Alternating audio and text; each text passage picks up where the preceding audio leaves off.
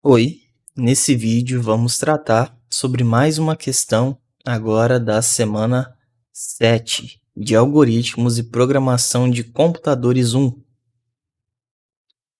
É a questão, então, seguindo aí os quizzes das videoaulas, da videoaula 20, que trata de listas multidimensionais, que na verdade é um termo que a gente conhece mais por matrizes. Então, é um termo que em inglês ele é chamado genericamente de array. Então, arrays são tanto vetores, quando você tem ali a sua lista unidimensional, e array também se refere a quando você tem uma matriz, que é uma lista multidimensional. Você pode pensar aí na matriz como o que a gente mais usa, né, o caso mais comum, quando ela tem duas dimensões. Então, é uma lista de listas ou uma matriz bidimensional. Matrizes podem ter duas ou mais dimensões, e aí é por isso que a gente não fica falando que a lista é bidimensional. A gente já fala lista multidimensional porque aí pode ser uma lista de listas quando é bidimensional, uma lista de lista quando é tridimensional e assim por diante. É pouco comum, né, na prática a gente usar uma lista com mais que 3 dimensões. O mais comum de todos mesmo são as de 2 dimensões, e aí mais que isso vai depender um pouco do tipo da aplicação. Só para constar aí, então, o termo que eu estou falando aqui em inglês é array. Assim, ó. É um termo bem comum quando a gente vai lidar aí com questões de programação. Seja a seguinte matriz de 4 alunos e das 3 notas obtidas nas atividades de cada um. Indique a alternativa correta para mudar a nota 8 por 8.5, sendo que a matriz se chama alunos notas.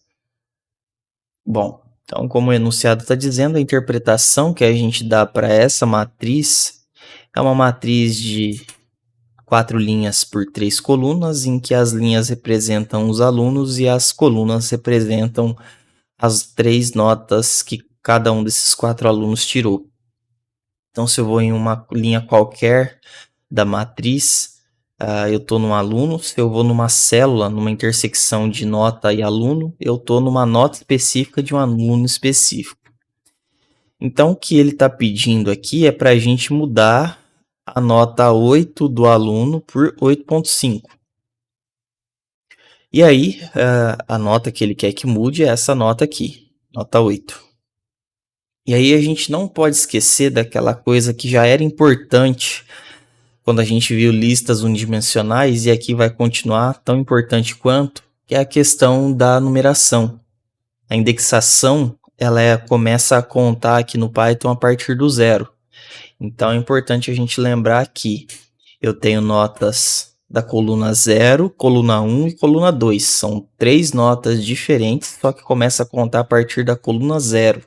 Mesma coisa os alunos, são 4 alunos, mas o primeiro aluno vale do aluno 0, depois o 1, depois o 2, depois o 3. Tá? Isso é importantíssimo aí para não fazer confusão. Bom, então, com essa numeração correta, já fica fácil perceber que o que a gente precisa é alterar a nota desse aluno aqui que está com 8, e ele está onde? Digamos, entre aspas, nas coordenadas da matriz. No aluno 1, que é o segundo aluno, nota 1, que é a segunda nota. Então, olhando aqui para linhas e colunas, a gente precisa alterar o aluno notas da posição 1, 1. E atribuir aquela nota ali que é 8, mudar ela para 8.5. Por isso, a alternativa A é a correta. Bom, vamos para as próximas. A próxima já tem essa pegadinha justamente do que eu disse. A gente tem que lembrar que começa a contar do 0.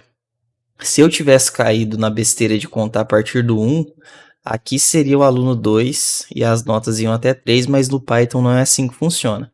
Então, por isso aqui não é o 2,2. 2,2 vai alterar a posição errada da matriz. 2,2 da matriz é aqui, ó. Tá? Então, errado aí. Não posso fazer também só alunos notas, que é o nome correto da matriz. Então, aqui temos o nome correto da matriz. No entanto, alunos notas de 1, se eu alterar aluno notas de 1, eu estou alterando esse vetor aqui inteiro, eu estou alterando toda a linha, tá? Então, a gente não pode esquecer que essa matriz alunos notas, ela foi declarada assim, ó, em algum momento ali, tinha o nome dela tal lá, e aí criou-se colchetes aqui maior que delimita toda a matriz, e aqui dentro, ó, tem os colchetes menores que indicam aqui o aluno 0, depois aqui o aluno 1, o aluno 2, da posição 2, né, que é o aluno 3, e o último aluno aqui. Claro, né, aí aqui tem as notas deles, né, eu coloquei aqui só um pouquinho, mas tem aí as notas e tal. Então, você pode pensar aí que cada um desses daqui tem 3 valores de nota. Se eu faço alunos nota de 1 recebe 8.5, o que vai acontecer? Esse aqui é o primeiro, que é o 0, e esse aqui é o 1. Se eu faço esse cara aqui, que é o 1, receber direto 8.5, eu vou estar fazendo uma coisa que é apagar isso aqui tudo. E no lugar disso, eu vou colocar um 8.5.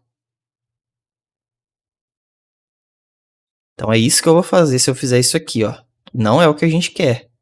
Tá? Então, alunos nota de 1 não basta para a gente modificar. Alunos nota de 1 me leva para o primeiro aluno, e daquele o aluno da posição 1, melhor dizendo, que é o segundo aluno, aquele aluno da posição 1, eu vou alterar a nota de posição 1 dele. Então, eu tenho que informar 2 valores, 2 índices. O primeiro para o aluno e o segundo para qual nota eu vou alterar dele. Porque se eu informar um índice só, não é suficiente, porque aí ele vai alterar o aluno inteiro dessa forma. Tá? Então, isso aqui, a C não está correta por causa disso. A mesma coisa é aqui com a alternativa E, né? Esse 2 aqui não é válido, alteraria aqui no caso esse cara, ó. 2 aqui ficaria com simplesmente o número 8.5, então também não daria certo. E aqui também está errado, porque eu não coloco o índice em alunos e outro índice em notas. O nome alunos notas, que é o nome aqui da lista multidimensional, da matriz, é uma coisa só. Então, é o nome e depois vem quantos índices tiver. Aqui eu tenho uma matriz bidimensional, então eu só estou usando 2 índices. Mas se eu tivesse uma tridimensional, eu teria um colchete, depois outro colchete, depois outro colchete. Tá? E aí aqui teria os valores aí que eu precisasse ter. Então, não é assim que a gente faz. Isso aqui é totalmente errado. Essa sintaxe aqui, embora a gente entenda que para o contexto do problema o que se quis dizer foi vai lá no aluno da posição 1 e depois no aluno da posição 1 vai na nota da posição 1. Até dá para entender e interpretar que se quis dizer isso, mas lembrando que isso é uma linguagem de programação. Ela não consegue adivinhar o que você quis dizer, ela só entende o que ela entende. Ou ela só entende o que ela foi projetada para entender. Então não tem essa flexibilidade de compreensão aqui numa linguagem de programação. Pelo menos não até hoje. Então isso daqui está totalmente errado, isso daqui não vai ser interpretado de forma alguma dessa forma aí que se quis dizer. Portanto, todas essas daí estão incorretas, ficamos com a alternativa A como a correta, como eu já expliquei.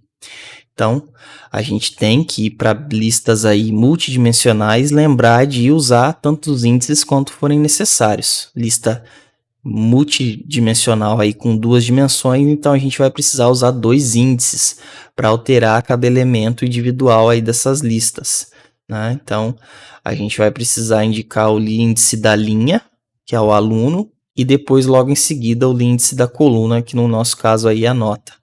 Um índice do lado do outro, um colchete do lado do outro, e depois que eu tiver escrito o nome ali da variável que representa a matriz, que representa a lista multidimensional.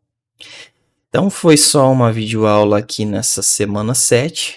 Então já acabamos por aqui os quizzes. Então até a próxima.